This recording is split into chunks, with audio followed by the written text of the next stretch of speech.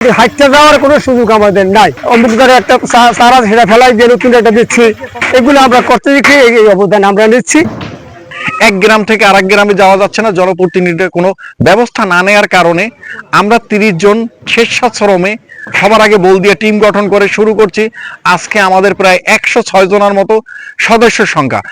আমাদের রুগী, আমাদের স্কুল কলেজগামী যেসব শিশুরা বাচ্চারা আছে, তারা পারে না নৌকায় যেতে, কারণ নদী শুকনো থাকে। এদিকে চারঘাট না থাকার কারণে, রাস্তা না থাকার কারণে, পোলগুলো না থাকার কারণে খুবই অসহায় এবং দুর্ভোগ জীবন, মানবতার জীবন যাপন করতেছি যোগাযোগ ব্যবস্থা খারাপ হওয়ার কারণে। আজকে আমাদের এটা ধরে 46তম শেষ হয়েছে। এভাবে করে আজকের আরো 4টে পোলের কাজ করব। 10-এর লাঠি 1-এর বোঝা। আমরা 30 জন থেকে 100 শতাধিক লোক হয়ে গেছি। আমরা কিছু কিছু অর্থায়ন দিয়ে, নিজেদের শ্রম দিয়ে যে এই উন্নয়নের কাজটা অব্যাহত রাখতে পারছি এবং আগামীতেও রাখতে পারবো আশা করি।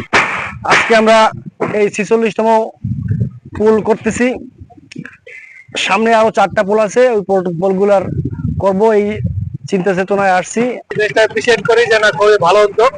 আর আমরা সরকার কখন আসবে, কে কি কখন করবে, কি বরাদ্দ আছে, আপনারা জানেন যে এখানে আওয়ামী লীগের সময় প্রায় 3,500 কোটি টাকা গত আওয়ামী লীগের যে এমপি ছিল সে তসরুপ করে চলে গিয়েছে, কাজ করে নাই। নিজেদের উদ্যোগে কিন্তু শুরু করছে। আমার সর্বাত্মক সহযোগিতা ছিল এবং ভবিষ্যতেও থাকবে।